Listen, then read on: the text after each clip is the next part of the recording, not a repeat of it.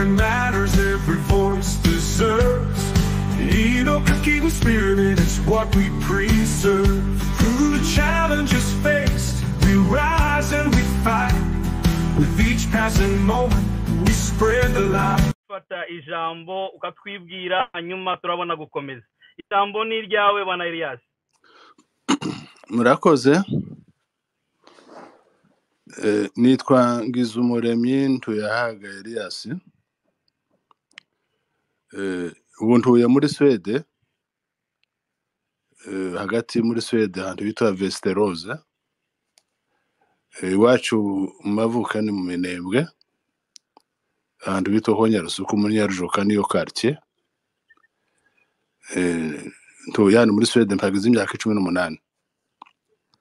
Sinzi mbe hari ibindi mukeneye.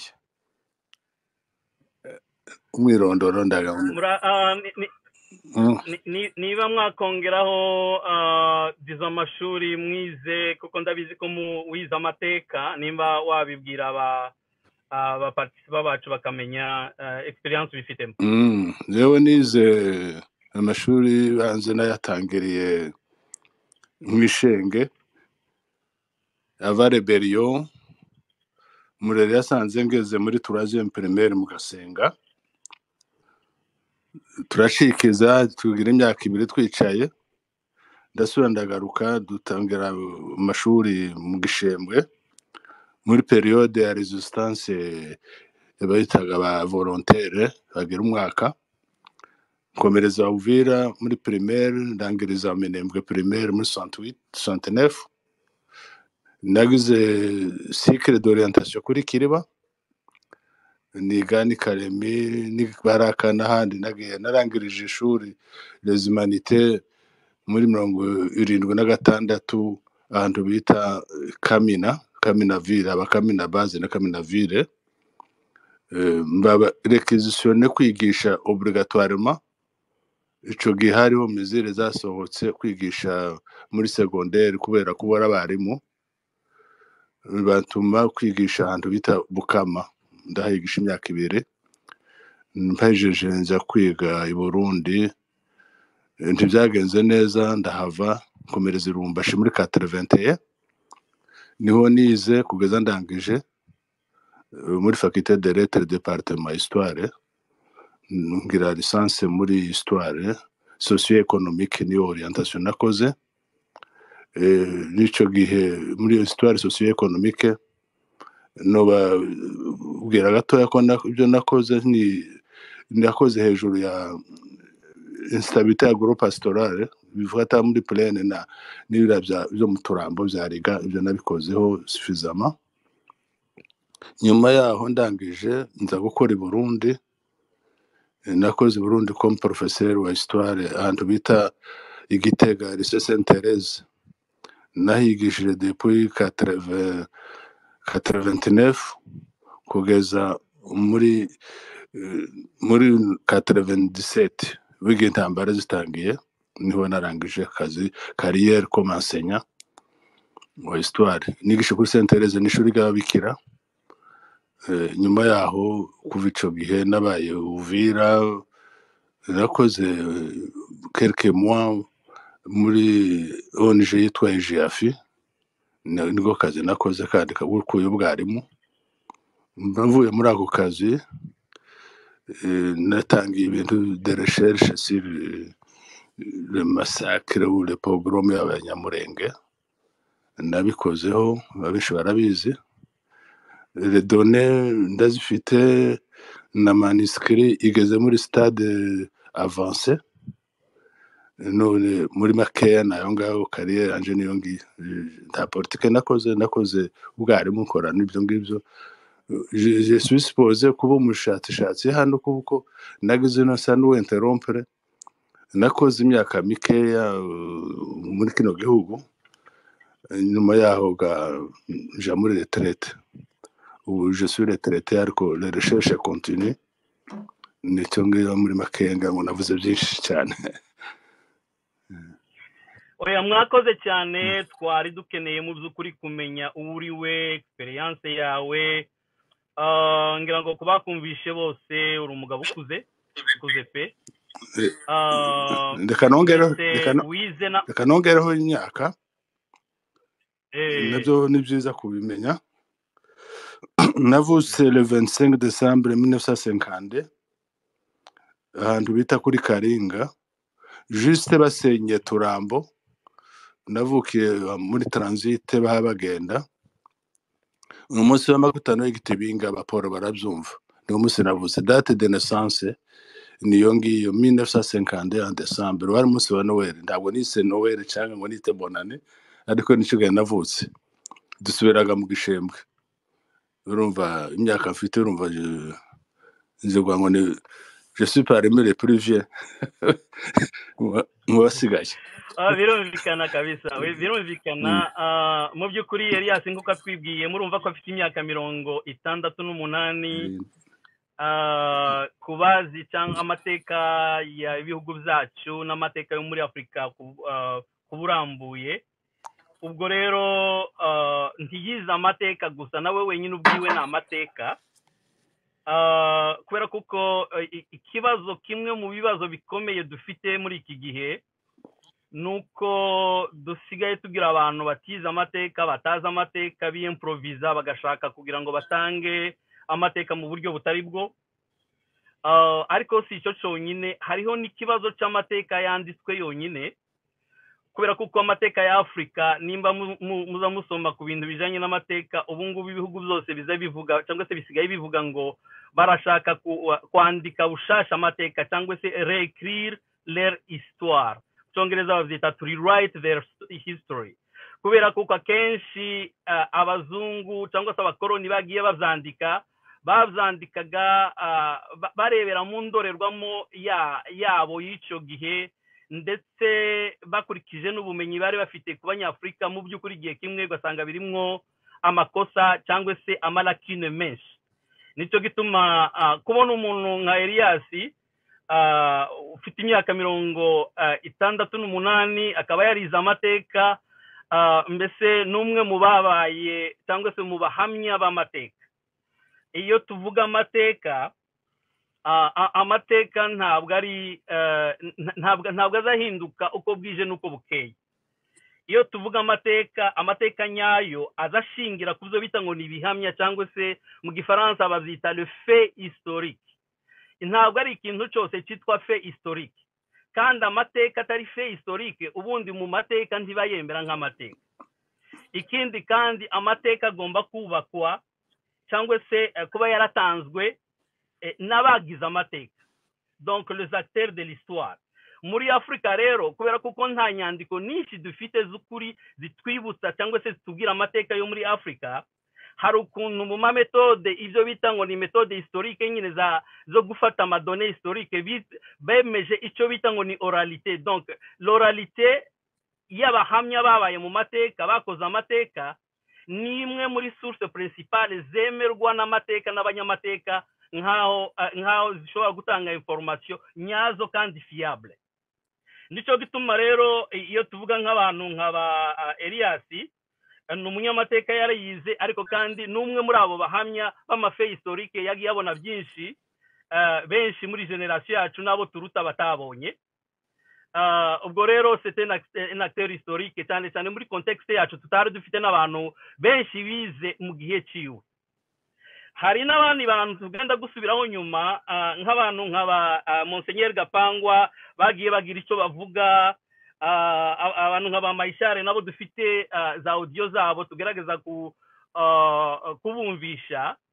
abo ni abantu, ni abahamya b'amateka, sont des acteurs historiques. ibyo bakagombye kuvuga ntizakagombye gufatwa n'imbaraga nyinshi, cyangwa se n'ibyo bita veracité nyinshi, veracité historique cyangwa se de vérité historique, kurusha n'ibyanditswe mu bitabo, kubera kuko bazi byinshi, bafite no muri bo des éléments culturels. abazungu banditse bariya ba Depelche, bariya ba Wese n'abandi bagiye bandika ku mateka y'abanyamurenge badafite.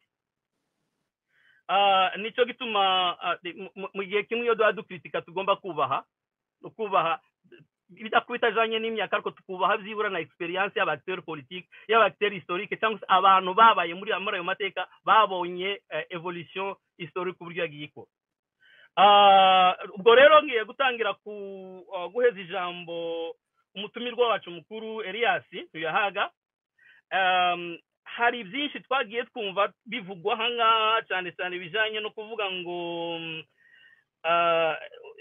amazina amatergiversation cyangwa se ibiganiro byinshi byagiye bigaruka bivuga ku abanyamurenge ngo amazina abandi ndetse bakagera naho babesha ni ikinyoma koko, kuko ngo hari abashaka kwanga izina ry'abanyamurenge ngo bazane irindi zina niba ari ubututsi niba ari biki, ariko mu by'ukuri ntawe mu maspace yose numvishije n'aba intervena nagiye numva ndibwira ko ntawe wavuze ko ashaka kwanga izina ry'abanyamurenge. Ndashaka guheza uyu mugabo umwanya atubwire amateka sa abantu bose babashije babonye amahirwe gukurikirana audio wakoze wana Elias, nimba watubwira ku nshamake uburyo izina ry'abanyamurenge ryabaye, kandi nagira ngo ubishire muri kade yo kuvuga ati ese kuvuga amateka hari ico bihindura mu bunyamurenge bwacu kuba umunyamurenge.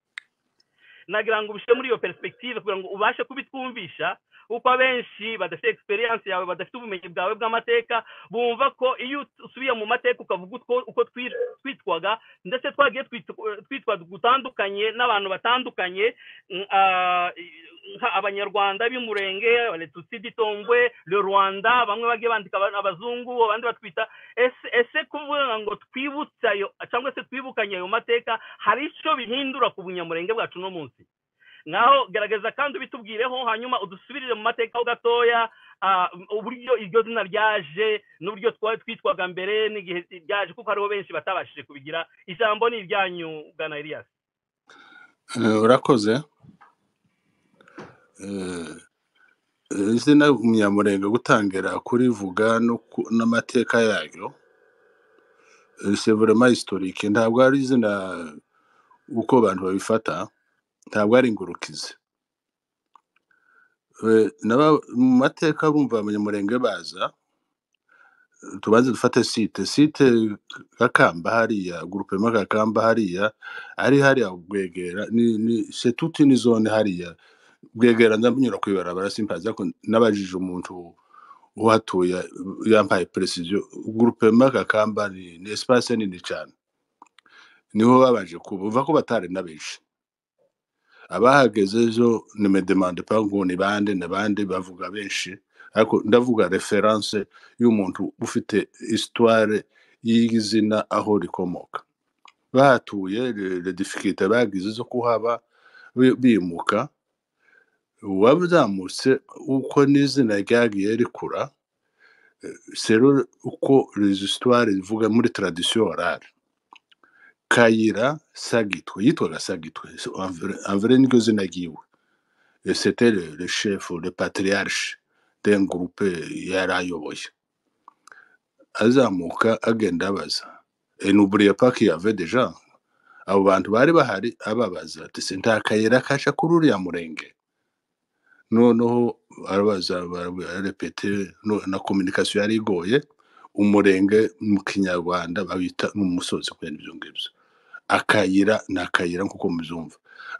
Ndango murabiza abantu bize iyo mwarimu akunda kuvuga ngo donc bakamwita donc, mwarimu bakamwita amazina yo kuma kurepeta ikintu bikuviramo sobriquet, bikuviramo izina, bamwita kayira. Uriyo muntu uvuga kayira. Rega n'abazungu amazina bagiye babita abantu biwacu, c'était par conséquence ya ma répétition. Nyagahebe yari umuzungu afite izina ryiwe nibuka neza, bamwita Nyagahebe kwisigagaza bakamubagira ibihebe. Ibyo bihebe bakoma kumubaga ibihebe abantu ngo Nyagahebe. Ba matunguru bitwa ba matakoyuru. Matakoyuru c'est-à-dire ryamagira bakubite muri Scott mu kiboko bakakwita izina. Umuntu nakayange se en fonction y'umusatsi wiwe. Nimba yitwa Ingrid avuka hano muri Swede, le nord ya Swede, wawundi babishe baramubonye yapfuye ashaje, qui a été même à la base du problème yiwe na mahina murabyumva. Nakayange nuko ame yarameze uko yarateye. Nikayira mwita kayira rirafata ribizina. Ni ho byavuye au départ. Ari installé aho biti murenge. Murenge murahabona umurenge izina rirahaba. sasa igituma nshaka kuvuga izina mu Munyamurenge ni anteriyeri rifite histoire ndende. Igihe twagiye tukaba Murenge abandi bakagenda bakaja za Gihanda bakaje komeza Ruvumera bakagenda bakagera mu Igagi kugeza ku Cito. Murenge yave deja n'abandi baragize mu Rurambo. Ariko avake n'u Rwanda rusambuka abanyarwanda bari mu Rwanda bavuga ngo bega bene wacu b'Umurenge Kayisofwi muri 59 no mu 60 le nom était connu gare rivugwa Murenge abanyamurenge b'abandi batuye hari Murenge. Noneho naganira umusaza witwa Bahenda ufite derelation n'abantu b'abasege avuga Murenge bege Murenge ngo niko babitaga.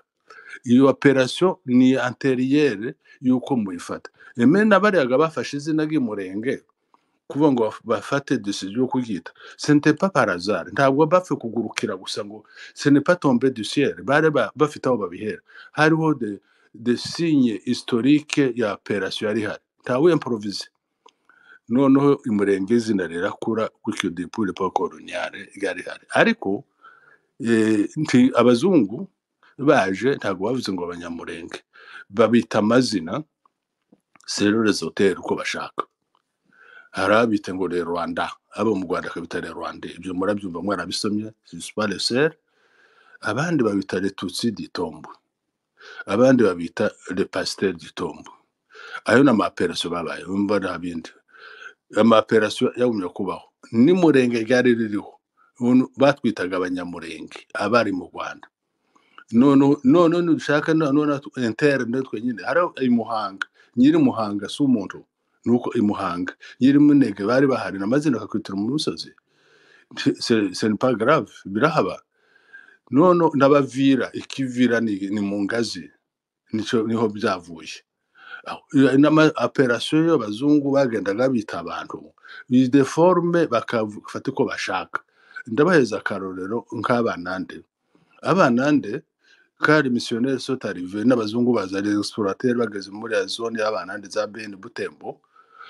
Population y'abagabo y'amagihunga yose kagenda bakabaza abagore se bari he ngo wanaenda bahunze. None bakaza bavuga ngo wanaenda baradeforma ngo wanande mais en réalité bitwa Reira orientale donc occidentaux abari abakonje bakabita Reira orientaux. Izina ira rirashira bamwe babakonjo abandi babanaenda kandi aribo bayira. N'ubu ngubu bagira confirika ntibakubeshe iyo baza kugwanya abandi bakavuga ngo le rwandophone n'ibindi abana ari bafite ikibazo ca operation ni bayitayira bamwe bitayira abandi bakabita abanande abandi bakabita bakonjo n'ibyo ngibyo. Ibyo none izina byo cyo kibazo izina ni historique. Ibyo nisho shaka kubemeza kubabwira ko ariko ni historique ntabwo ari ikintu caje kuza nyuma. Et puis cette izina dushobora gukontesta uko rimeze. Reka mbwira kuko iryo zina kurikoresha twarikoresheje dufite aturihera noneho birayivuriwe comme hari haje kuba de confusion cyane juste après rebellion muri 68 yari yahera ariko yave d'un calme abantu bamaze gutura ruguru renge n'ababembe batangira kugira de contestation identitaire byose mbisubiramo. Abo bagabo bahuye n'ikibazo Tahiro Yonatani na Nyarushumba baraza bayiprendere d'ailleurs hariho n'ibindi Pasteur Kajabika wari utuye kuri Kavimvera uwo Tahiro n'umukuru wiwe niwo bari banze ku recense niwo bagize ikibazo cya identité ni nawo wagize watanze information kwa Obedi Kabarure wari Karundu ila informité hari ikibazo bene cyo ngije. Obedi Kabarure kaira pour initiative yo guhamagara abagabo bari yasanzwe ari Buvira ce n'était pas par hasard. Il avait déjà un statut imu permeta kuorganiza icyo kintu. Ndasubira inyuma gatoya juste muri 68 ka muhindanyivu yavaga ku Mutarure aja ruguru yagiye gusaba Kaniki le moyen logistique kugira ngo azamuke kuko Karoje yari amwemereye abagiriye bo kuza kumukura muri plaine avec na contingent abantu bari kumwe. nari mpari nari maze 5e primaire nari umuntu muzima noneho arazamukana abantu kanika aje kwa kanika ngo ati none kugiye wari usanzwe ari wowe umukuru w'aba volontaire n'ibindi qu'est-ce qui va représenter les autres ati mon fils est là ni Kabarure kanika mamubwira ati toi tu es le représentant w'abandi ni ngo Kabarure yarahari aho ngaho ngo babega muri Santinefu Kabarure abwira initiative nk'umuntu intellectuel ico gihe wari umwarimu w'Ikarundo hari n'abandi naruharaga batanze inzu bari bafite meme niveau n'abandi bari aho ngaho bagira inama uko babiteguye ivyo narabivuze simbisubiramo ibyo confirme izina aho ngaho noneho izina kuri confirme aho ngaho ifo gutanga rero la responsabilité y'umuntu yakozemo abo bose barabikoze batanze izina ariko ne pouvait pas se permettre kujikisha automatiquement le seul qui pouvait habiliter wagomba kubafasha muri ibyo ngibyo c'était un étudiant finaliste niko mbizi c'était Isaac Gisaro barabyandika babidepose bije Bukavu bije Kinshasa reka mbaheze élément très important très intéressant bapfuye kuvira uwo basigiye kopi il y avait des risques ce n'était pas facile kuko babikoraga muri clandestinité bihishe bafata initiative qui va déposer ces documents kwa Renge no kwa commissaire sous-régional Sebugorore ari tanga Paul donc muramuva yatuye kuri murongo était vétérinaire ajana de copie à la dépose ibindi murondanyi sira murondanyi ubundi pasteur na muzee Daniel Mutumitsi yaragi Bukavu chez son fils wari bagira ari umwarimu gaturuturu nabigeyo niho bari batuye baragenda Sema Jean bwo yabaye aho ngaho yari kuri petit séminaire y'Imugeri nawe yarahari les documents étaient corrigés yanditswe na Munyangazo Richard yari umudokteur umututsi wari tuyari Buvira idokima bayohereza uwayohereje Kinshasa nabo ngabo comment c'est arrivé à Kinshasa mu maboko ya Gisaro on a déposé le courrier kwa Gisaro nawe il a mené les démarches de déposer muri ministère de l'Intérieur document ko yasohotse murabyumva etape nukuzagize ababikoze nuko bimeze nibwira ko kuzina riba sacré turarikoresha sinzi kuko twoshobora kuri contest kundi wowe ganga ayo andi mazina batanze comme proposition tiyemewe batanze byinshi harimo andi mpe bizarre mutatovuga nayo mu gikari kuko abantu bashakisha ibintu aramwe baza bavuga ugasanga atari meza ese ne même pas nécessaire ko tubibwira n'abana puisque bashaka no kutugaya ko kugira de critiques zitari nziza ariko zina niryo batoye nabo baritoye à base de faits historiques rifite naho rikomoka rifite des origines historiques uko ryabayeho ngira ngo narisobanuye yatoye amikwa hariho Mutumitsi hariho Mutanga hariho Rubibi hariho Daudi Bipamba hariho Murondanyi hariho Karojo hariho Ruhara Simeon ariwe watanze inzu sinzi ko nituromsa abo nibo nanditse akabona na Sebugorore Paul akabaho na Deo Semajambi tibene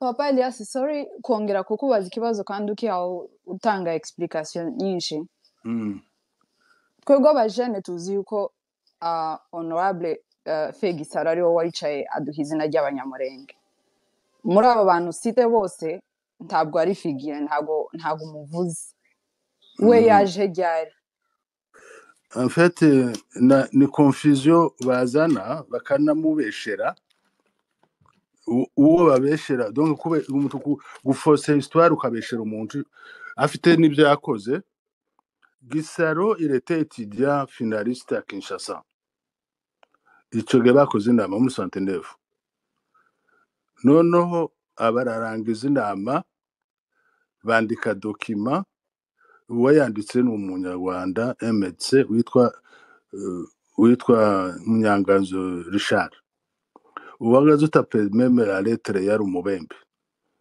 de manière discrète abazamukanye dokima harimo Murondanyi na Mutumitsi sinzi wundi uwajanye dokima kuidepoze Uvira kuri Surejo no kwa Renge ni Paul Sebugorore. Vous le connaissez, ni Seuri ya Sostene Pasteur Buvira. Ni umudinzi muramwumva, ni murumuna wa Mungura Matayo. Je donne un peu de précision ku bantu bangaho. C'était des personnalités bazwi. Noneho bagenda Kinshasa, bagenda Bukavu, bamaze kudepoza Bukavu bahereza dokima kuriye niko batwobyita Kinshasa. Uwo muntu bari bafite Kinshasa ni Gisaro. Je pense que ico gihe nta wundi munyamurenge wari uhari, nta na wari ahaba. Iwe il était finaliste yiga muri science de l'éducation niko bayita ndagira ngo abari waheza dokima ayijana muri ministère intérieur pour faire signer. Urumva ku faire signer gutuma umuntu ntabwo ari amakosa baramutumye kandi nawe yari umunyamurenge yarakontribuwe muri ako kazi kimwe nuko Sebugorore nawe yajanye kuri Surejo kimwe n'abandi ko bayanditse kimwe n'abandi ko bakoze inama. Il n'est pas absent kuko afitemo role yakozemo ariko si wowe wabikoze. Je peux pas le faire ngo niwazanye izina ry'umunyamurenge cyangwa niwagize oya ntabwo ari tiyari muri iyo nama.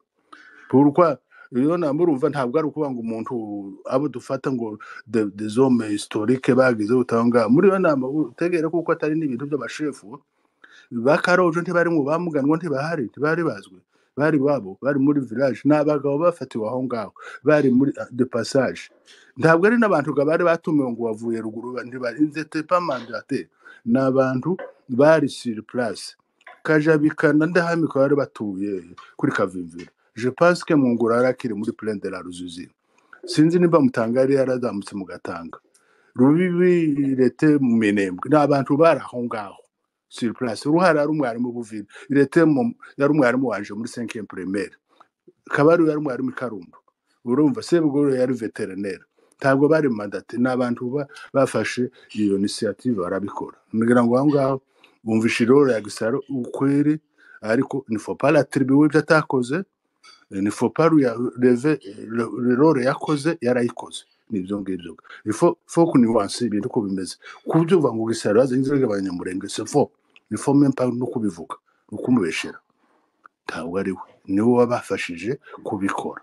Gufasha umuntu n'ukujana kuriye ukayidepose ça ne devait pas ndikibaye ikintu propriété yiwe. Nakabaro wagize initiative agahamagaza inama.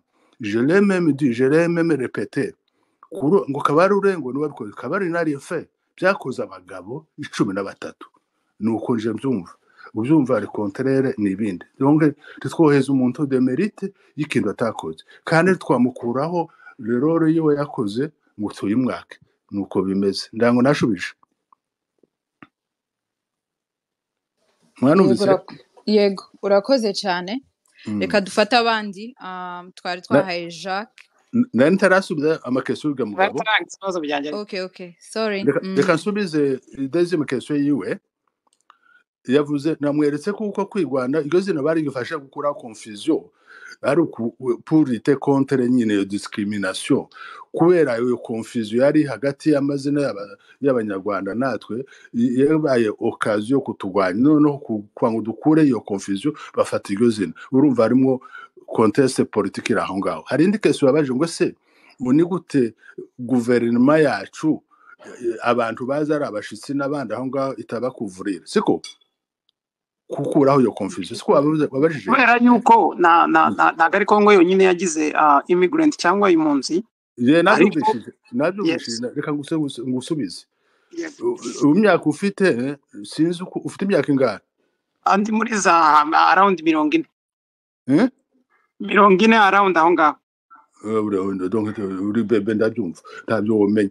Donc umenye ko nakweretse kuko muri 60 abitoza ko bakoresha permanent bavuga ko ari abanyarwanda bakanga ko babantuza toujours ça la veille d'indépendance.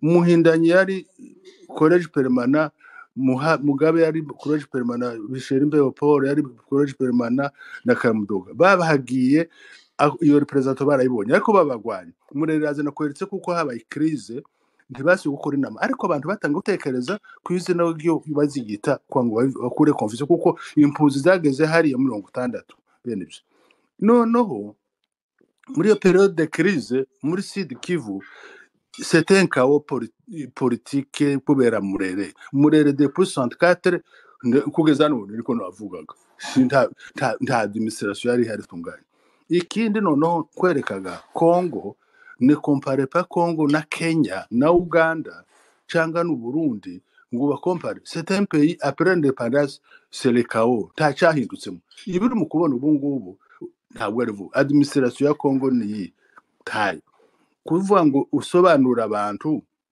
ngo abanyamaga ngo n'impunzi n'ibindi none reka kwereka example Congo muri 60 abanyarwanda bamaze kuza ku myaka yose 78 confusion yabaho n'abakonfura ariho n'ubwo ari kuzariza intambara za M23 n'ibindi umunyarwanda yaraje ntibigeze bamenya umunyarwanda n'impunzi hari n'abanyarwanda simbivuga c'est pas mal abanyarwanda nibo baje barize twe basanzwe turabaswa turaho ngaho tutarize baraza bafata imyanya nibo bari banize ni kurushana abakongomani exemple nique j'ai camine SNC toutes les sociétés au Katanga c'était géré par les Belges et les Rwandais Université nyine ya Congo Lubumbashi Université officielle du Congo Lubumbashi ayize ngo bandi n'abanyarwanda kuva muri 56 bayeho kugeza cito twaje kwinjiramo muri za Katerebe les premiers universitaires Lubumbashi à part les Belges abandi bari abanyarwanda lesquels déjà des Rwandais c'était ces réfugiés là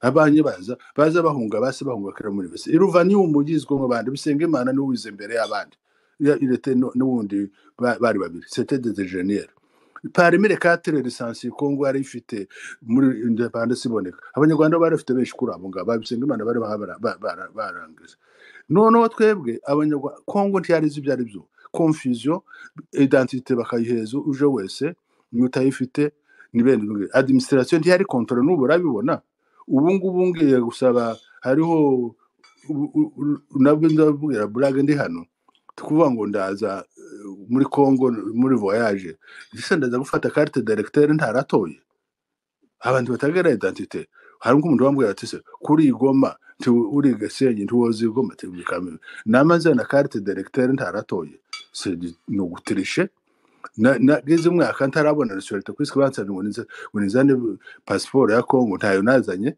nza kwishaka nje kuri ambassade bantuke nabireke nibyo ngivyo desordre kawe muri Congo utekereze kuko umuntu nkabitakwira no mufano guhaye akabwira Kisekedi ibintu byose akabyemera kandi akabiaplike biriya bintu urabyumva imyaka ufite ubu ngubu ntabwo higeze haba administration ta contrôle higeze haba aho ngaho nico gutuma haba confusion c'était un chaos none gatwebwe banyiri gihugu twebwe abanyamurenge tukaba victime y'iyo confusion y'iyo anarchie donc nico kibazo ndango wabyumvishije ntabwo ari kimwe na Kenya ifite contrôle d'administration umusomali muri Kenya n'umusomali n'uwo muri Somali n'umusomali bafite batandukanye ariko nabo attention tuwabivuga ngo harimo desordre abo muri Kenya nabo muri Somali nabo muri Uganda n'ibindi byose byagenda bizabizingira kuri frontière biragoye ntabwo byoroshe même ndaguze exemple ntabwo ari twebwe irubumbashi ababemba baba muri Zambia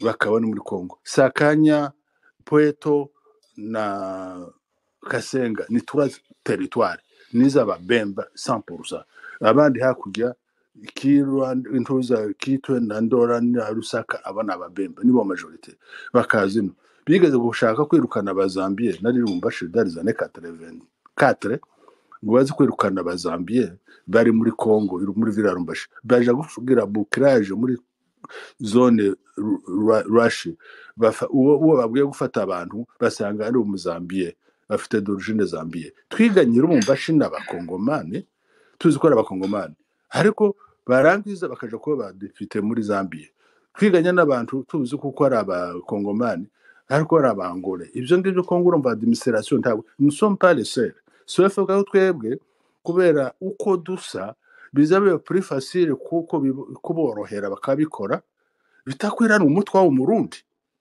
wahari hakuye waraje akintegra abumufurero abanyafurero nuko babishatse bamubona mukwege aba banyaburambo baramuzi mu Murundi ina jamais intégré mu bazibaziba isi yage kuba pasteur Bukavu abazibaziba baramwanze tous ces gens là bari abantu bavuga hari twebwe muri Congo nkubwira amakuru uzi kuko population y'abakongomane mu bafurero ariyo nkeya paraporo yiva mu Burundi niva mu Rwanda abo bita bazigiye abo bita abavuruga n'abandi abagesera abo ni abanyarwanda ariko bo ni abafurero ba Emile Kadudu wabaye muri Paris imyaka yose bakanyegera abo ni abarundi ba Musare mu Murundi wo mu 73 ba député ahubwo twebwe bikoroha cyane bikoroha kugira iyo confusion donc urumva ntabwo administration ya Congo ibyo bazi ngo basize ngaho ntabwo ari twe twenyine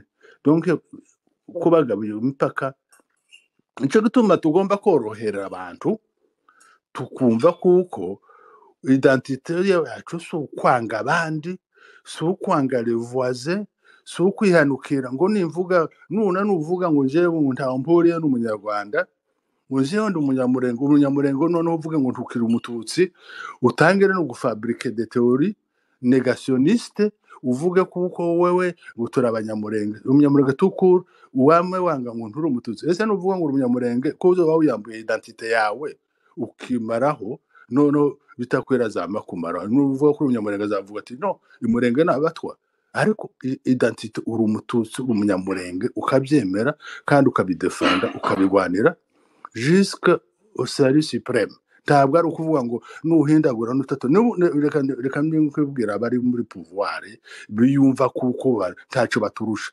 effort ya presque niba barimwo uburenganzira bwabo bagumemo ariko ntibagomba gufata abantu ngo bashire mu kintu cyo kitari cyubujije turabanyamurenge turabatutsi nous sommes pas là pour développer des théories anti-tutsi ou bien des théories anti-rwandais uzanga u Rwanda uzarukuraho ruri hariho umuntu wigeze kumbwira wo mukongomane yavuze ngo zatangara n'abantu bigoma ukuntu baza banga u Rwanda bagatuka abanyarwanda ngo umuntu uvyuka muri birere igoma akabyuka kazabona Rubavu ngo se nigare Rubavu izova hariye ntawe izova nugutakaza umwanya uranga u Rwanda uzahindura iki uraruziza iki nunagwanga u Rwanda ntabwo uzovuga ngo bitakwira ivaye televotere gami ntabwo bishoboka bitakwira reste bitakwira vuga biriya kugongwa muhera amafaranga avec ce discours il gagne beaucoup nabo ngabo bandi les anti ndashaka kubivuga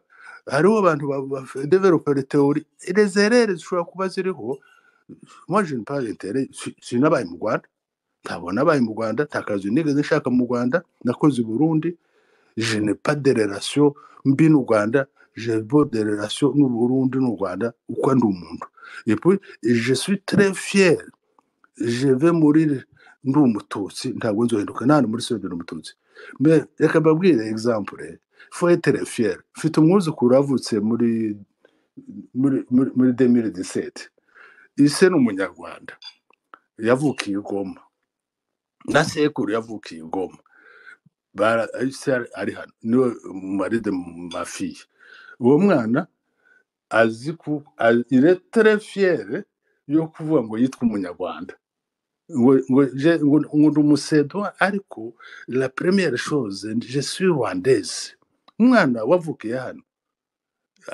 muri umuna wiwe nawe aravuga ngo bamubwira ngo si uri umusedo urike ngo ndakeka ko ndi we ngo ariko ngo ndakeka ko ndi umunyarwandakazi urumva ukuntu bitanga de fierté uri umututsi il faut être fier w'umunyamurenge jewe ndi umututsi wo mu Minembwe wo muri Nyarujoka ibyo ngibyo oui papa Elias urakoze cyane ikibazo cyanyuma adera ikibazo cyane icyanyuma bavuze ni kihe icyanyuma navuze nese abantu bagiye tuvuge sinavuga ngo barambukaga kubera ko nta n'imipaka yahabaga tuvuge ngenda gwaye rugero mva mu muryango w'abahiga nabyumvishe bavuze ngo kujabuka ngo se navuze ko bavuye i Burundi cyangwa mu Rwanda yes ikindi kandi bandoka ndangize cyo wavuze cha migration sico kira kifatiyeho ni beya iravuga nese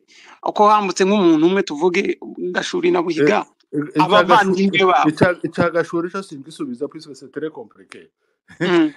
aho abahiga gashuri bo bavukanaga na buhiga iyo ni étude particulière puisque ntabwo no concentre kuco ngico kuko nanje ntomenya ngo se abavukanaga na rugira n'abandi na bigimba bonde monte ruhoko ikamembe de relation ko twari dufite abantu no kubwira gusa très bafite des origines z'abandi hakurya biragoye kubimenya ariko kagashuri enkayizore waje ariwe gashuri ariwe se wabuhiga comment il s'est développé ashaka abagore benshi il était très puissant abyara abantu kuza kuremonte histoire yiwe nimba yari bubanza nimba yari mabayi nimba yari mukayanza nimba ari kuko muvuga ngo murabaha nimba yaraje avuye Kigoma urumva que c'est très compliqué donc le royaume yabaha izi kuvurira ibihugu bitatu u Rwanda na Tanzania n'u Burundi abaha bakaba na benshi muri Nord Kivu uvuye kuko kuva ngo umenye ngo se buhiga yavuye hehe ico gihe imipaka yari ihari uko tubyumva ariko icemeza ko buhiga yaje ari umunyarwanda birashoboka kuko yaje comment ils n'ont pas développé des notions z'u Burundi de culture z'abarundi n'ibindi rega ntitugenda ku bintu biologique cyangwa ibintu gusa tugenda no ku bintu bya culturel kuba ngo umuntu identité y'umuntu yoshira gute ibyo biragoye reka nsubire ku question yawe wabajije migration nimba naravuze ngo bavuye mu Rwanda abandi bakavuga muri Tanzania no mu Burundi jusqu'à présent wavuze ko abantu bavuye muri Tanzania n'abavuye Burundi il faut pas les jeter des pierres ça je m'excuse je ne suis pas là pour contredire abo ngabo urabyumva les recherches ni dynamique les recherches ntabwo ari statique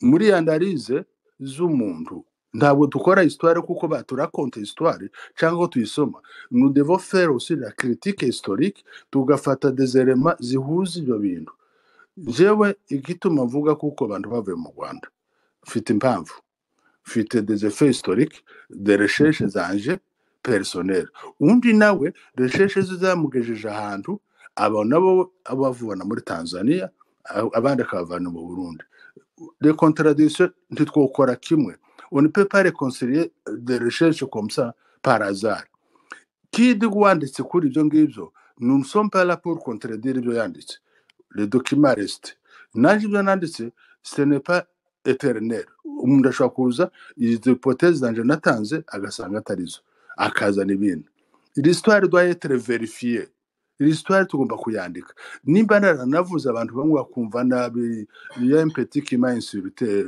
wirubumbashi un petit garçon là il m'a insulté muri texte ziwe ariko reka mbivuge arandika igifaransa bamwandikiye no kimwandikiye naramumenye kandi ntamuvuze c'était kwari kose ndamuzi je le connais depuis ça c'était un fou aho ngaho uwo muntu yaragiye aravuga ibintu icyo nshaka kuvuga nuko uwanditse ibintu byose ku banyamurenge kwazi nta numwe na contredire ba Rugamba ba Mutambo ba Muzuri je ne suis pas là pour le contredire mufati ibintu byabo ko babyanditse ndaho navuze de contradiction kuri ibyo ngibyo je ne m'attaque pas à personne je dois de respect à Mutambo je dois de respect à Rugamba à Muzuri leurs écrits mes écrits nanje zanje ugomba kuzubaha uko nzumva nimba utazemera uzana ibyaho contredire ndavuga ikintu kimwe gitoyo abantu bavuye mu Rwanda ni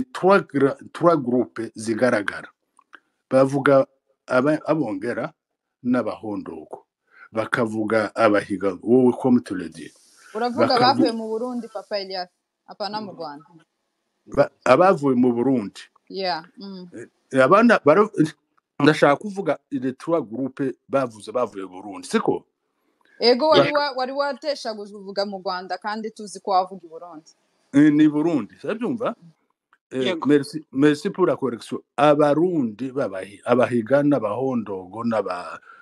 n'abahondogo n'abongera ni suppose bavuye i Burundi siko yego bakavuga n'abanyakarama sibyo yego noneho bakavuganaho abahinda n'abafurika cette minorité donc abafurika abantu 15 personnes uko bafata baje nabo bavuye muri Tanzania siko yego noneho izo histoire uko babivuga igituma ntazemera abongera comme groupe clanique y'iwacu c'est un groupe important igaragara kuva kuri Ruheka ababya bita bakanana n'abandi bakijenga babongera babururu abo bantu ndabumva bongera kugera ko ba chef mitabo kugera kuri ba Muhire c'est groupe très puissant clanique zabaye iwacu kugeza Muhire agira conquête Mushoje akagera 38 akagera Itombwe abo bantu ukuntu baje ari abarundi bashika culture yabo bakaza ikirundi tibaza ngo mpende ngo bavuye ngo hambavu ngo ubududu bakaza bavuka Inyaburenga ninde washobora kubadomine n'ukuntu baramize c'était pour ça matériellement iyo ni groupe imwe abanyakarama baraje bafite abantu b'ubwenge bayivura kugeza no kuri le dernier vient Muzeba un sage wabayeho abo bantu baraje ko batavuga ikirundi ukagenda mu bahiga baje twabonye sindanumva France ikirundi c'est-à-dire culturellement ils ne sont pas burundais cyo ni kimwe twasubira muri histoire yabo abongera iso originaire w'Ikigali originaire isolé suite là-bas bari muri iyo entité Ikigali ntari waba bongera abanyakarama n'abanyabutare bari ira rejo Butare baraza baraja mu Kayanza. Et puis d'ailleurs, abanyakarama je peux vous préciser une chose. Abarundi benshi n'abanyakarama bumwijenda iyo bakubwira babita bavuye mu Rwanda. Il remonte histoire bakaja mu Rwanda. Abahiga ntabwo buhiga na buhinyuza ikaruzi bisinyifiye kuko ariho yaje avuye. Abahiga buhinyuza amazina coincidence ibyo n'ibindi. Abahiga n'abantu bari muri parpier muri Rede Royaume. Barabanyarucuru bose ndagira ngo nabarurankunda ba Makenga bose nabahiga nabaha abaha umurara wabo nabaha wombaza tese none imaze nazahinduka abasinzira nabahe bitwaga gute le no change abo bantu bafite amateka yabo nje take bafite de site historique uko bari ukariza muri territoire kera yariyo yaje kuba u Rwanda mvuga ko bavuye u Rwanda ariko ntaho n'abane berekana amatongo uko barundi bavuga amatongo amasambu yabo mu Burundi takinya pas de trace uzovuga ngo abantuza abongera ngo bari bafite trace hari Cibitoke Bubanza c'était des transit zone de transit nitwe turafite abasinzira benshi bahari babaye abarundi bo kwa Kayira ingabo ya cenda kurya bafasha abakobwa barashaka bagenderi hari n'abanyamurenga muri twe basinzira bageze Burundi kuri cenda kurya baraso bashaka n'abarundi Kisore Veni muri Congo hariho n'abandi bantu batarabo ngabo indi de famille je ne veux pas citer il y a des secrets professionnels ça je kuvuga muri twebwe bakakubwira ngo mubanyana batari muri yo mirara ngo barana abarundi puisque banyuze Burundi bakaba exclure. Je connais un vieux papa abandi bakamutuka ngo se nawe uzuvuga ngo uri umunyanaka ngo wavuye Burundi barahari d'autres familles no kuvuga ngo na migration yaraje abantu bageze baza banyura henshi trace y'abantu naho babanje kuba nta site nje nabonye naho kuvuga ngo abavuye muri Tanzania bo ntabwo yari Tanzania Karagwe c'était Rwanda n'abanyarwanda bagaze baje mu Karagwe abazungu baje gufata Karagwe bayigera Tanzania abongereza bayinyaga babirigi kugira ngo bashishe chemin de fer bayinyaga Abadage banyaga abanyarwanda kuko babanyaze Gisoro urabyumva Gisoro n'u Rwanda Bufumbira urabyumva baragenda na Rucuru c'était Rwanda c'était le territoire de Rwanda umwami basanze wa chef wa mbere Kizirungu cyari umunyarwanda bakazana ndeze bamuvanya muri Uganda Gisoro Bufumbira hariya pembeni ya Bunagana c'était le Rwanda muri Royaume du Rwanda noneho Karagwa umwami Karagwa n'u Rwanda bifuze de navette hari kimwe uwo ngabo bavuga ngo bavuye Karagwa ngo muri Tanzania ntabwo yari itaraba Tanzania yari ki royaume du Rwanda. Le Rwanda c'était un royaume très vaste. C'est très vaste. Abanyakirundo nubo batandukanye gute nabo hakurya mu Bugesera. C'était la même chose. Ni butari nibyo ngibyo. Ariko abo bantu kuko site bagaragaramwe abanyakarama ni mu Rwanda, abongera ni mu Rwanda, abahiga bizete un peu partout là-bas. Baragiye baraza nta site yabo n'abahondogo mu Bugesera akenshi usanga abantu batuye 90% n'abahondogo.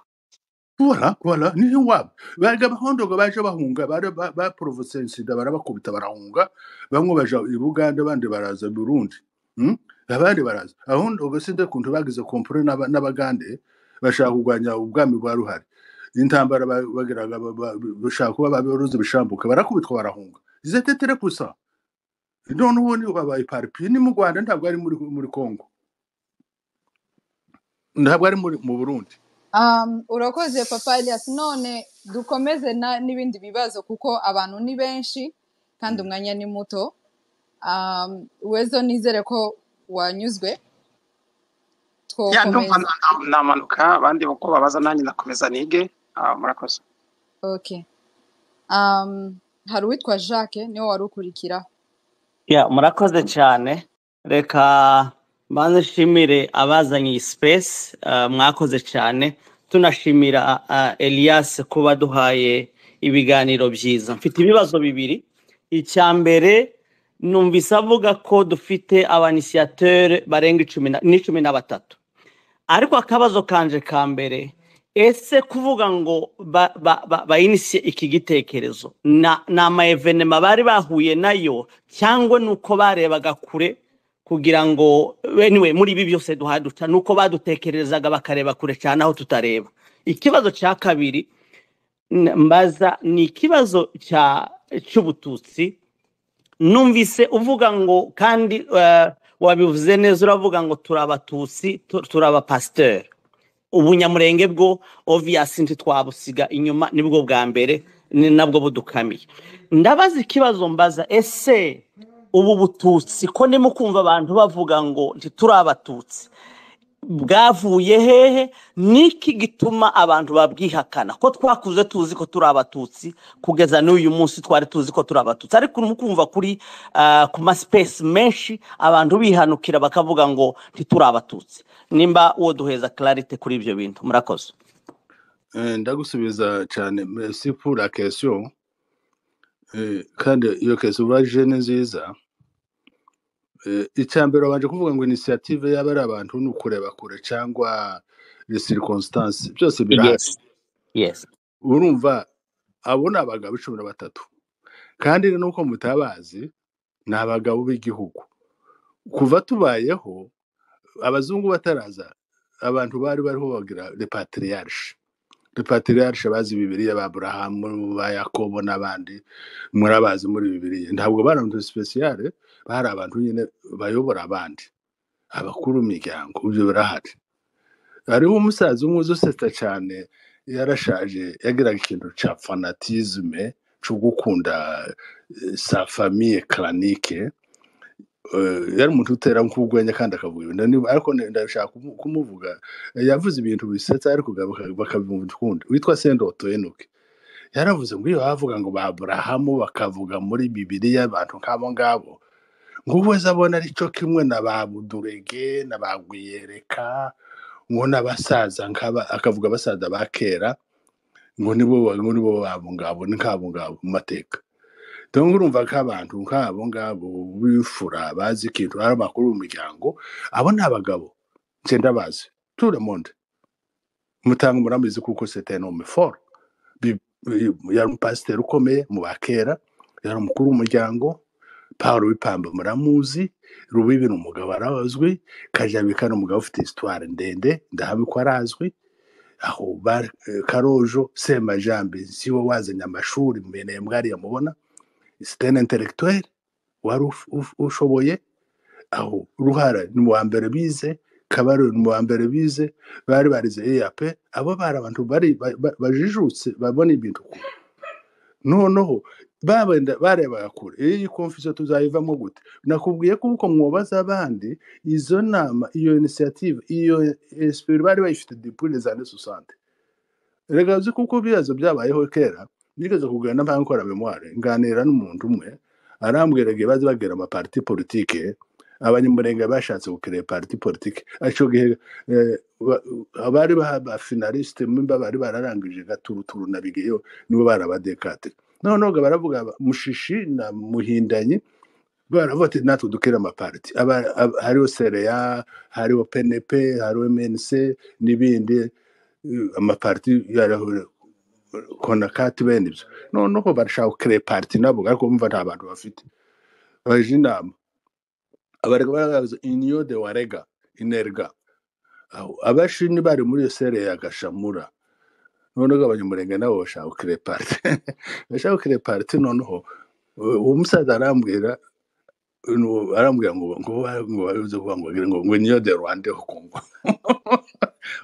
union de Rwanda au Congo urumva ko abantu bafite ibibazo hanyuma baza kwiterera ese tuvuga ngo union de Rwanda au Congo c'est un parti des étrangers ntibashiraga baja fa kwisuka muri PNP c'était parti national du progrès ariko parti modéré ibaraga ikeneye abazungu batari radical none PNP ga ba MNC barayanga babo ni parti de nègre pays n'abantu bari korombi niyo bamuhindanye na bamushishi babagamwe abanyabuvira bose ni nayo murere yangaga abanyabubembe bakaba muri za MNC ari umugabo witwa Rusingizwa musita ni wari MNC bene ibyo warakomeye bakaburaga uko babigeza muri iyo contestation ariko batangira kubonaga ikintu cya confusion hagati y'abanyarwanda n'aba autochtone n'abaje nicyo cyatumye batekereza uko bashaka proposition zino bariya ba president hari nubwo bisa kuriya byirabura kuriya buriya nijo byene wacu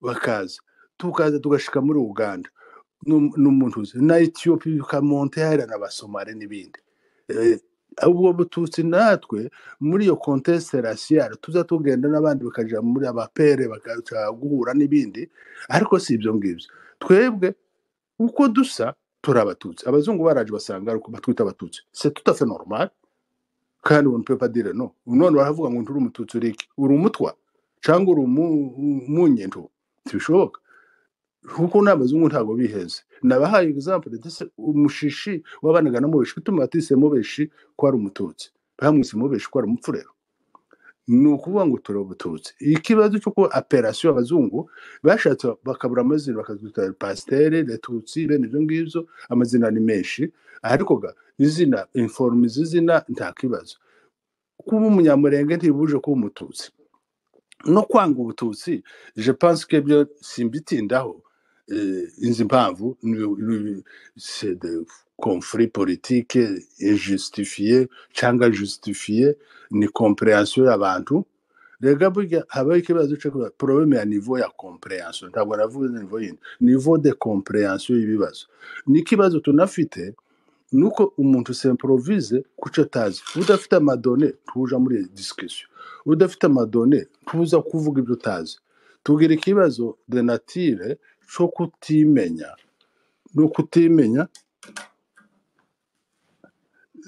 kutimenya abo bantu bakashaka kumva ibintu uko bitari turabatutsi birumvikana vous me poserez la question ngo se ndabandi bo baragize gute il y a une semaine ou deux semaines je l'ai même signalé à mon ami David twaza tudiscuter ibintu by'abanyamurenge tudiscuter les écrits je suis tombé sur une conclusion umuzungu agira muri anthropologie physique angwamere conclusion bati même si j'ai fait des analyses laboratoires ya Paris n'ibindi ngashakisha abanyatangugu n'abanyagihandi n'abanyarurambo n'abafurero bose bo hariya nasanze abanyamurenge no pas de métissage j'étais très soulagé kuko yatanze iyo conclusion kuko naje nigeze kuba nushobora kuba naranditse kuko parmi les groupes naranditse kuko nous avons des populations locales tuvangira abandi population locale turaturanye cyane abandi population ariko au niveau ya communauté nous sommes une communauté j'ai uko suppose homogène nimba hariho na métissage twaje dufite iriya c'est déjà transformé sinja ntituza gupima amadeni abandi nabo l'exposé ko dufite abandi ngo bafite des origines zindi zidahuye n'izo ngizo. Je suis convaincu muri logique yanje ubu babyemera barabyemera n'abatabyemera c'est accepter ou à refuser. Abo ngabo jewe nemera ko atari bo kuko izo tete produit par nous naranabivuze mbisubiramo muri expose yaje les travailleurs domestiques dufite twagize sintinya kubivuga niko mbita nta yindi operation zo bita abo les travailleurs les domestiques umuntu yaba yaragize wamara ukamubyarira yamara uga domestique nawe yoba yaranakubyariye l'inverse est vrai aussi noneho yamara kuvuka uvuga ati no toi tu es domestique tu n'es pas mon fils ukamurejete ngo développer ibindi mais quand vous avez le métissage n'abo ngabo pourquoi vous allez créer notre groupe y'abo ngabo kandi mwe mwababyaye nukuba exclure le pourcentage mutabona abantu umuntu mwamaze gutransformer il y a des relations biologiques n'abamuntu none wambara ko ngo siwe biteye isoni.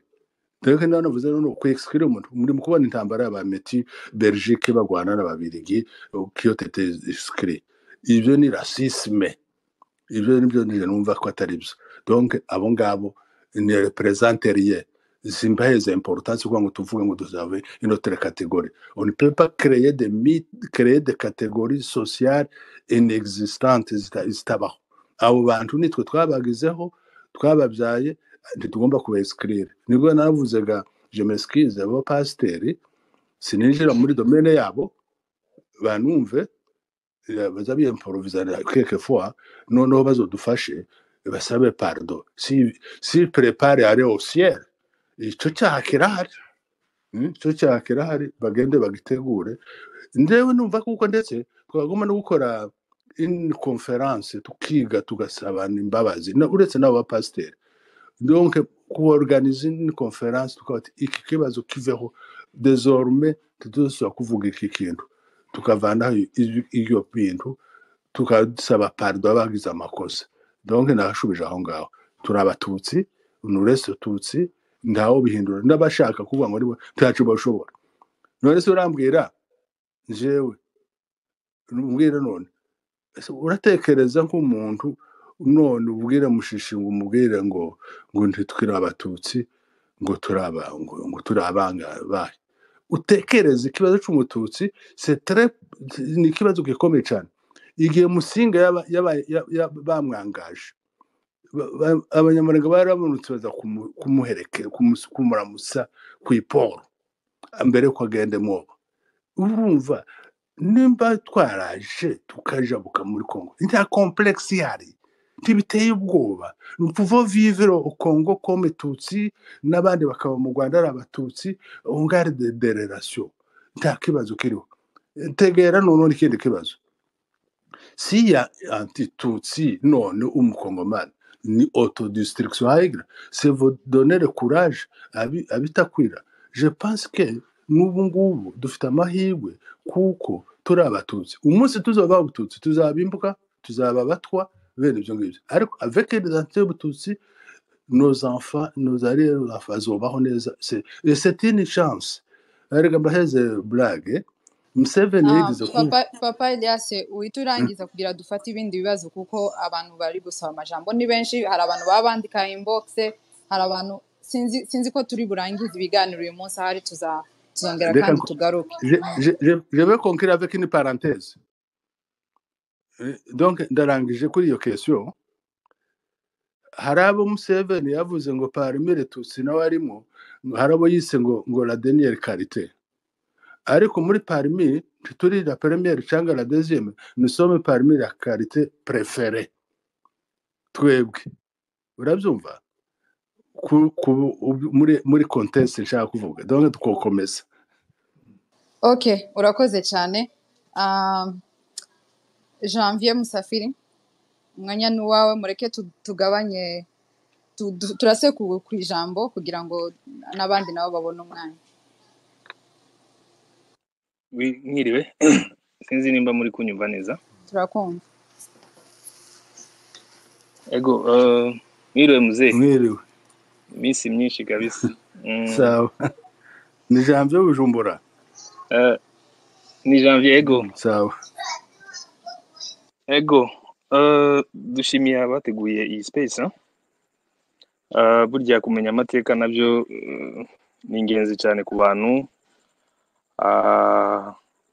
ababiteguye bajye bakora aya space cyane, tuguhamagara abasaza bize histoire nka Muzee Elias cyangwa n'abandi basaza bayibayemo, bakajya batubwira amakuru kuko baza bavuga ngo sinzi nimba umugani muzi neza ikinyamurenge ntago ari cyinshi, bazavuga ngo utaganiye na se ngo ntazamenya ico sekuru yasiza avuze.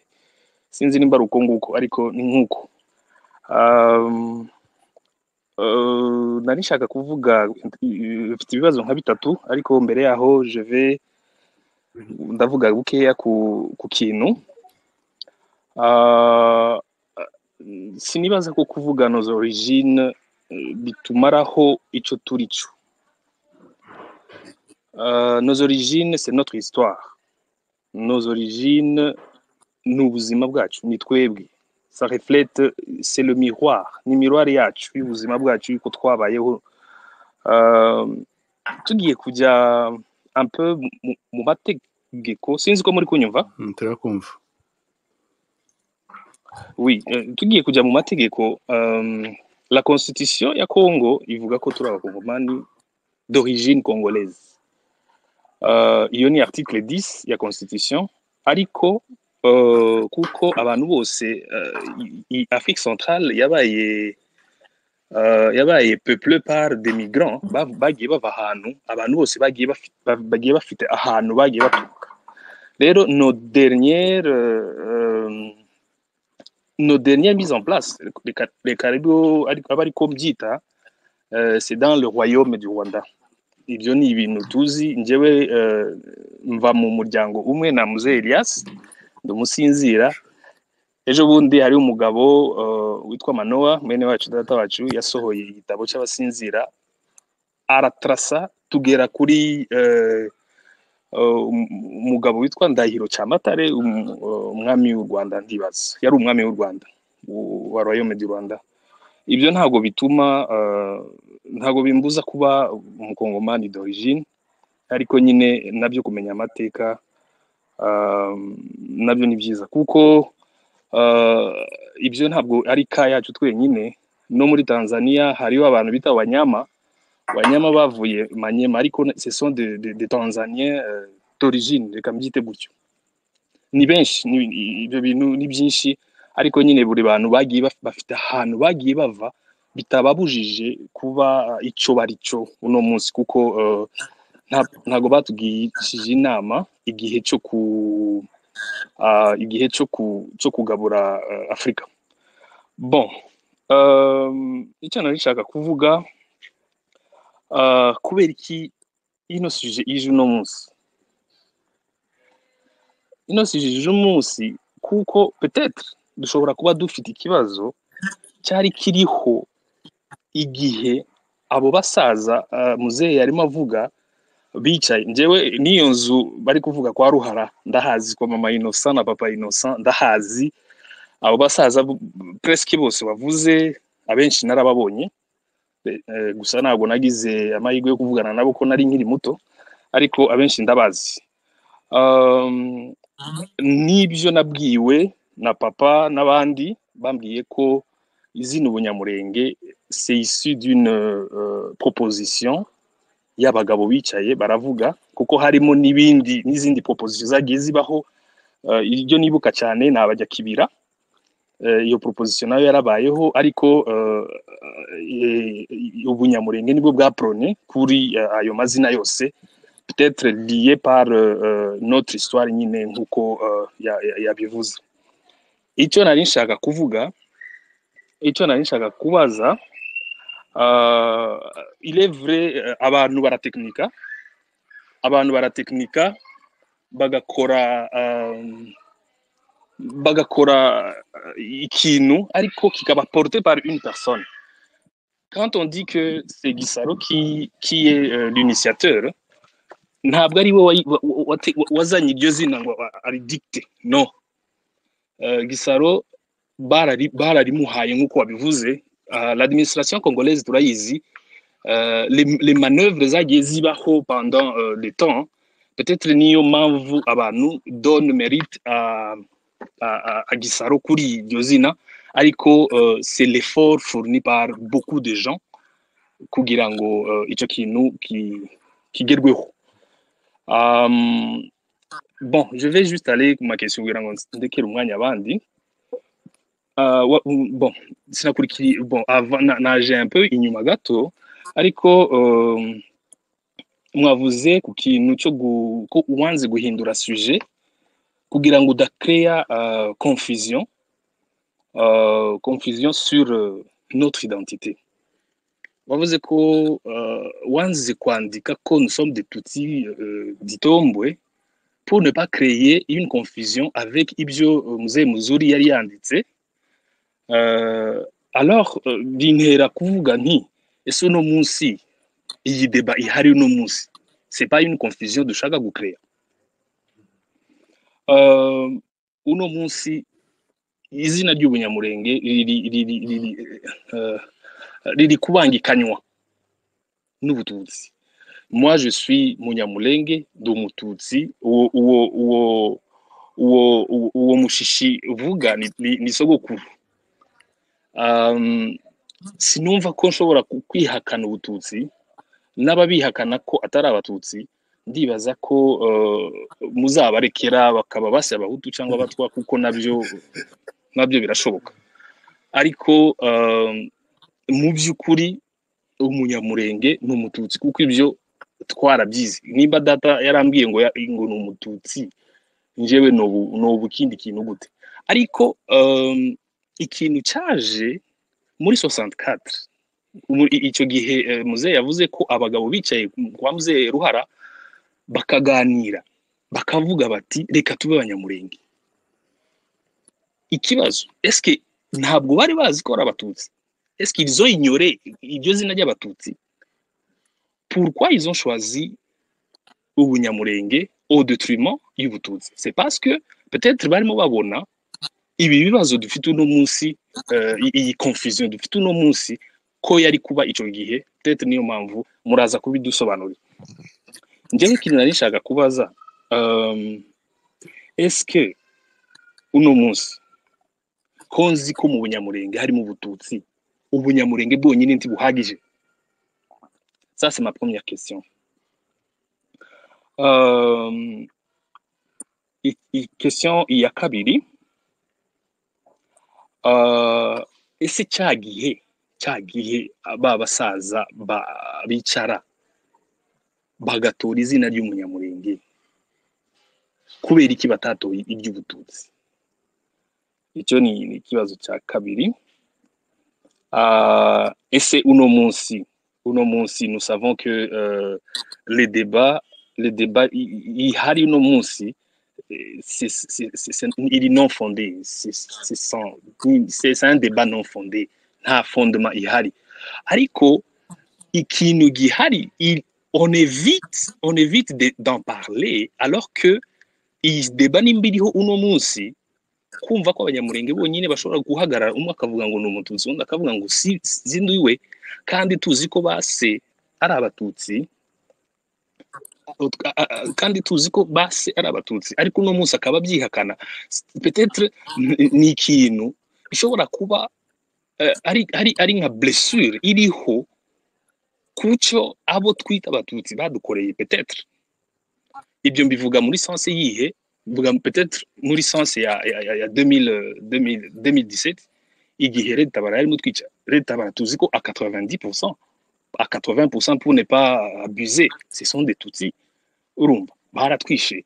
Peut-être icyo kintu cyateyemo abantu iyo ntuze. Njye ndibaza, bon, c'est juste une suggestion, la prochaine fois pour aborder, kuko iyo débat déjà c'est un polémique qui est là, nibaza ko dushobora kweleva le débat tukaja kuri iyo point yo kuvuga ngo l'utilisation ou bien ico izina ubututsi byatumariye uno munsi n'ejo hashize niki nous projetons quoi avec ce nom. Est-ce que tubaye abanyamurenge byonyine tibihagije kuko tuzi ko mu banyamurenge harimo n'ubututsi? Murakoze. Reka ngusubize. Wagize observation, wagize analyse nziza cyane, kandi urumva muri iyo analyse wakoze za mbere je suis d'accord, ntabwo nabisubiramo. Waje guformire de question ya nyuma ni yo kuvuga ngo tugomba kuba abanyamurenge, ubututsi bwo turabufite, si kuvuze? Ego navuze ngo mu bunyamurenge tuzi ko harimo voilà, ibindi bya kuko kugira ngo ibindi bya mbere wavuze analyse wabivuze. Reka mbanze nsubire ku kibazo ca Red Tabara ngo abatutsi baratwishe, sibyo? Mbisubire. Oya ntabwo mvuga ngo abatutsi baratwishe. Nabara abatutsi ariko baratwishe. Harimo abatutsi baratwishe. Ego. Noneho ibyo ngibyo by'ubugome no gukora ikibi ngo umututsi yakora undi kibi, ibyo ndi twabija ngo Red Tabara barimo abatutsi n'abahutu. Muri politike yabo umukuru w'interahamwe mu Rwanda yari umututsi, ndaho n'umukurikiye yari umututsi. Urabyumva? Bishe bene wabo. Karemera niwe numva hari n'uwundi. Ibyo ngibyo tubireka. Abarundi igihe cyandadaye majitera hari ngo muri parti ya Frodebu, umututsi wa mbere bishe yari umututsi wari wa parlement ajwe. Muze ndaguciriyemo ibyo ngibyo ntibyo bari byo bituma uno munsi mu Rwanda ubututsi batabubrandisa bakazana ko ari abanyarwanda kuko babonye ko ibyo byabateye ikibazo. Bandureke noneho isho nshaka kuvuga. U Rwanda baravuga ngo turi abanyarwanda muri contexte politique y'u Rwanda. Urabyumva? Sinja muri analyse wabivugamo cyane, ariko urabyumva uko bisobanura. Nuko habaye developer ikintu cyo kuza bavangura umuhutu bakandika ko ari umuhutu, umututsi nawe bakandika ko ari umututsi, umutwa bakandika ko ari umutwa. Et ça crée des problèmes, la facilité d'exterminer un groupe ethnique. Urabyumva? Icyo kintu cyabayeho cyo gukoresha identité de faces bakabikora ibyo ngibyo, abanyarwanda bakura ibyo ngibyo. Après tout uri umututsi ariko uri umunyarwanda, uri umuhutu ariko uri umunyarwanda, uri umutwa uri umunyarwanda. Ibyo biroroshye, c'est très simple. Muri Congo reka ngweze Kristo tugomba kubyumva kandi ntibikugora. Tout le monde bari abantu bose bazi ko ari ba Bantu, bako ntibiga babivuga ariko bazi ko ari ba Bantu. So Bantu me akamufurero. Ni bito batakoresha ngo Bantu, natwe nje dukoresha ubututsi. Turakoresha umunyamurenge. Fata ko umunyamurenge ari umututsi, umufurero ni Bantu, ariko ni umufurero. Ntayobeho kuko ari Bantu. Ntuva ko basiga babidevelopa ubu ngubu bakaza bajabukana za frontiere bakavugira kisekeza gashaka za solidarité n'umandi moko pays za Bantu. Bantu ntibibuza kuba umubembe, Bantu ntibibuza kuba wariwe. No muri ba Bantu muri Congo bagiraga hari umwe Sudanais n'ibindi bene ibyo ngibyo. Ibyo none kuba umunyamurenge n'exclupa umututsi kandi ntabwo ari incompatible. Umututsi c'est naturel, il ne faut pas même perdre le temps yo kubyanalyser yo kuja muri uziko. Nakoze ko Museveni nawe ari umututsi nubwo ari umunyankore. Nakoze ko on peut aller même très loin Magufuli akaba yikuri tuva umututsi. Kuba umututsi uri ni naturel, c'est interne, ntabwo wobijamo. Kandi je ne suis pas en mesure d'expliquer iyo phénomène ngo umututsi niki ava he akomoka he kuko nitwa umututsi. Ntabwo tugomba gukora kuri yo sujet. C'est un sujet tabou. C'est un sujet tabou, il faut respecter ko uri umunyamurenge, uri umututsi, uri umunyamurenge.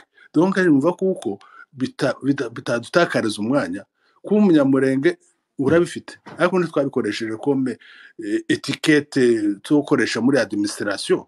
Twandika ngo umututsi, ntawe uzandika ko ari Bantu, ntawe uzandika ko ari Sudanais, ntawe uzandika bandika andi moko. Rega none muzamo impetere fier. Ababembe bagira amazina abiri, Mbondo ni umubembe akitwa n'umubembe. Pourquoi bitazana conflit? Bakaba abari abantu bo muri Equateur, le Mongo et le Kusu beta donc ana Mongo bafite byose nabahuriyeho bose. Aho hakabaho abaruba, abanyagasayi babita abanyagasayi quelque part bagasohoka bita abaruba. hakaba barubakati barahari, hakaba n'abakarunda bene ibyo ngibyo. Abakarunda uko bitwa muri ntuza muri Kapanga na za Sandowa ntabwo ariko bitwa muri Kwango. N'abakongo uko bitwa muri Bakongo ntabwo ariko bitwa muri Angola. Bene ibyo ngibyo, ibyo amazina on peut en avoir plusieurs, no sinumva icyo bidutwara umwanya. Bariho muri Nord Kivu kwitwa abanyabwisha ntibibabuza kuba abanyabwisha b'abahutu n'abatutsi ibwisha uko hitwa. Ibyo ngibyo umunyamurenge ne doit pas perdre le temps yo kuja kuri analyse y'umututsi. Je pense bien umututsi ça ne doit pas nous amener muri critique yo kubirwanya. Nimba bari bavuga ngo umututsi wamugira ubwoba ngo dukure zinega abatutsi nibagira no, twabikuyeho turabanyamurenge ntabwo turi abanyarwanda, bira confuse ivuyeho deja. Le reste turabatutsi kuko abatutsi ntabwo tuzobyandika muri administration. Noneho n'abandi nabo ahubwo niyo yanditse muze twe twafashe amapasiporo tribune tutsi niyo yanditse muri administration gute tutsi ntabwo bemera ko wandika tribi banyamurenge iyo ushaka pasiporo y'abakongomani basaba ko wandika tribi. ndabyumva bamwe bagenda gusaba bashika abandi bagagwanya. Il faut pas de donner uwo mwanya. None se ngo ubu bavuga ngo urabirwanira gute ariko bizashira. Ce n'est pas pour rien que déjà sont dans la brousse. Nibyo habagwanya barara mu gihuru bagwanira baragwanya biriya ntabwo ari blague. Bizahinduka kandi si ukuvuga ngo ubwo bavuze kuriya ngo ndwarashe ngo tubyemerere. Njyewe hariho bageze baza gusaba nationalité ugasaba passport ako urabaza ati je peux pas remettre dikirize nzarindigiye bizatunganira. Nagiye kuyisaba ntajanye identité y'abakongomani. Je suis allé demander neneje imyaka bampeza nationalité y'umusedwa kandi umukongomani ndakaba n'umukongomani je de nationalité. Ariko sinugera ngo kwandika ngo uze kwandikisha ngo je suis tutsi. Oya nibyo ngibyo urumva ni bara profite muri yo conteste ike noneho ndeturiza mu izina ry'Abanyamurenge ngo dukorere banze hange nabafitakwira. No, nous devons arrêter.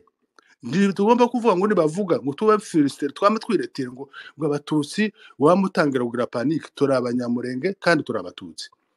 Nubwo bututsi kuko batandika abantu ntibabizi ko bazabivuga ko bari mu kubikoresha ubu ngubu.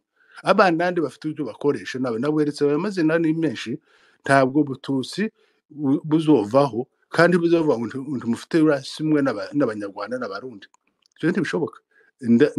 Ndabumva kuko icyo kibazo cy'ubututsi ce n'est pas mon débat. Mon débat ni zino Munyamurenge dufite aho ryavuye naho regera.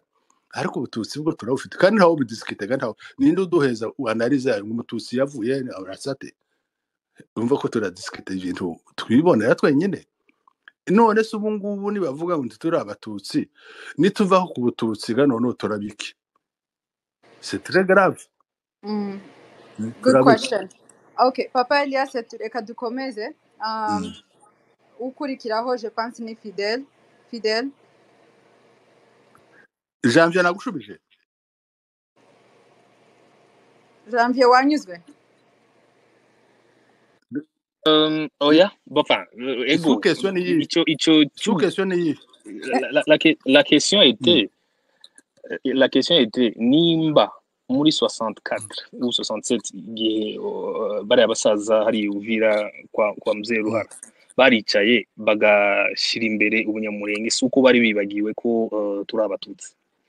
Mais ils ont brandi iriya zina pour que hatabaho confusion. D'après amakuru mfite c'est pour nous différencier avec abo wisebene wacu n'abanyarwanda abatutsi bari baje bahunze iwabo. C'est peut-être pour couper court avec cette confusion. Noneho la question igaruka muri temps ikagaruka uno munsi bavuga ati ese uno munsi ko basaza bari babizi ko turi abatutsi kandi mbyemera cyane ijana ku ijana. Il y avait des choix hari ushwa nyinshi kubitwa abatutsi abanyakibira. Ndavuga shaka kuvuga mu mazina twari dusanganywe. Les noms antérieurs twari dufite donc umututsi c'est naturel urabyumva ce n'est pas à discuter quand ça a commencé no mu Rwanda ntibazigaje gatangiye urabyumva n'u Burundi se demande ese abarundi babaye abatutsi gute n'abanyarwanda babaye abatutsi motutsi ko byaje abahima n'abahema c'est très compliqué urabyumva noneho kuvuga ngo bahitemwo umunyamurenge ntibahite ngo umututsi c'est très simple janvier ubona bose bakwita abatutsi kandi baba bafite problème ya confusion urumva kuko c'est une répétition une erreur donc icyo bayivitaga byose muri za mpunzi zahunze ce n'était même pas des Hutus c'était des Tutsis tout est clair sibyo none bashaka izina iyo bavuga ngo abanyarwanda ntago bavizaga abantu b'abahutu n'abandi bavizaga abatutsi urumva niyo ma conflit yose depuis l'indépendance c'est que les bras créés ntabwo ari ikibazo cy'umunyarwanda wese c'est un problème anti-tutsi belge bari bafite urabyumva les belges cyane mzee urabyumva je comprends ma question ntabwo urayigeraho ma question c'est quoi cyagihe hariho iyo confusion ituma iyo confusion ituma ba opta pour le nom y'abanyamurenge aujourd'hui c'est la même situation ni presque ihari le Congo est en conflit avec le Rwanda c'est un conflit ouvert turayizi urumva et ils disent que n'abatutsi bateye donc d'après les informations bobo le gouvernement les informations officielles zivugwa bavuga ko ari abatutsi bateye genre abatutsi bateye b'abanyarwanda bateye est-ce que opter pour kuguma ku banyamurenge ce n'est pas prendre la même décision que basaza igihe bari muri 67 reka kugarura hatoya ntabwo tugenda dukora raccourci de répondre aux caprices za gouvernement congolais itemera ikibazo kiva ikagishakira hatariho si le Rwanda mais pourtant cyagihe naho muzee cyagiye muri 64 c'était pour pallier à ça aussi banzureke tuje muri contexte politique utametriza contexte oya ntago turi kujya muri non ndashaka gukora turi kuvugana je vais te ramener à la raison le Congo a des accusations contre le Rwanda si byo tujamo ça n'engage pas ureke justement uvuga ikibazo cy'abanyamurenge n'avance pas l'hypothèse c'est que Tshisekedi fait des injures contre le Rwanda ça je ne veux pas ureka uretire ibyo ngibyo quand on fait des injures contre le Rwanda ndabiretiye mzee ndabiretiye reka nkwereka mbanye gukosora nuko cesser de raisonner en termes y'abanzange na Tshisekedi muri no contexte turimo hano turi muri histoire y'abanyamurenge ça je te dis je connais mieux l'histoire du Congo na contexte abarimo agresser le Rwanda quoi agresser tureba nabyo ce n'est pas justifié kuba agresser ce n'est pas justifié ta preuve tayihari le Rwanda est venu chasser abanzi bayo vous hébergez des criminels le Rwanda vient vous attaquer Tshisekedi père yarabivuze uzukurikira mu audio yarabivuze officiellement isi yose irabizi kandi noneho twebwe tidushobora kurepondere ngo dute identité yacu puisque Tshisekedi il a dit ceci puisque Tshisekedi il a des réseaux politiques ziwe tidushobora gutakaza identité yacu puisqu'il y a des conflits entre le Rwanda et le Congo ibyo ni complexe kuri wowe twebwe dufite identité yacu que nous devons défendre muri Congo uko bimeze ce n'est pas puisque abandi bavuze ngo tubura abakongomani ngo qu'on va céder comme ça non ta concession irimo yo kuvuga ngo ture kuri zina ryacu tayizobaho turi abanyamurenge turi abatutsi ce n'est pas Nzangi ce n'est pas Tshisekedi uzobidukuraho c'est la rite qui continue donc ibyo ngibyo byumve neza abasaza bavuze kuko éviter les confusions entre les Tutsi congolais et les Tutsi rwandais mu Rwanda ce n'était pas les Hutus abahutu ntabari bahari c'était contenu d'idéologie anti-Tutsi depuis 1920 quand les Belges bamaze kuva mu Rwanda bangaza Kayira 1924 bakangaza Musinga après Musinga yabayangaje yabayerege imwoba yari muri meme dossier mwe na Kayira aribo bangaje kandi criminel ari Mahina ari criminel Kayira ya défendre territoire yiwe abaribo bangaza